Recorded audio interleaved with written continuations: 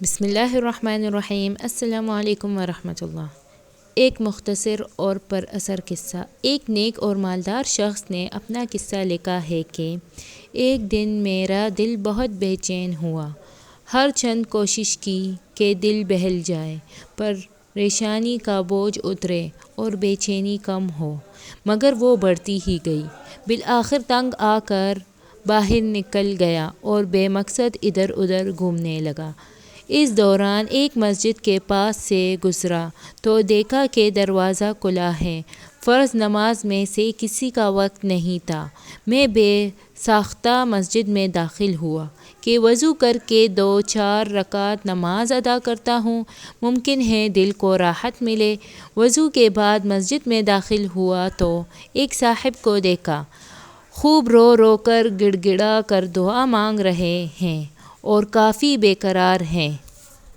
غور سے ان کی دعا سنی تو قرض اتارنے کی فریاد میں تھے۔ ان کو سلام کیا، مصافحہ ہوا، قرض کا پوچھا۔ بتانے لگے کہ آج ادا کرنے کی آخری تاریخ ہے، اپنے مالک سے مانگ رہا ہوں۔ ان کا قرض چند ہزار روپے کا تھا، وہ میں نے جیب سے نکال کر دے دیا۔ ان کی آنکھوں سے آنسو چھلک پڑے اور میرے دل کی بے چینی سکون میں تبدیل ہو گئی۔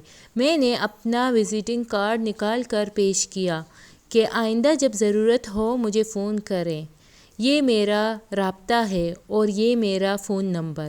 انہوں نے بغیر دیکھے کارڈ واپس کر دیا اور فرمایا، ہائے جناب، یہ نہیں، میرے پاس ان کا پتہ موجود ہے جنہوں نے آج آپ کو بھیجا ہے۔ میں کسی اور کا پتہ جیب میں رکھ کر ان کو ناراض نہیں کر سکتا۔ سبحان اللہ و بحمدہ، سبحان اللہ العظیم۔ ہمیشہ اللہ پر یقین رکھیں۔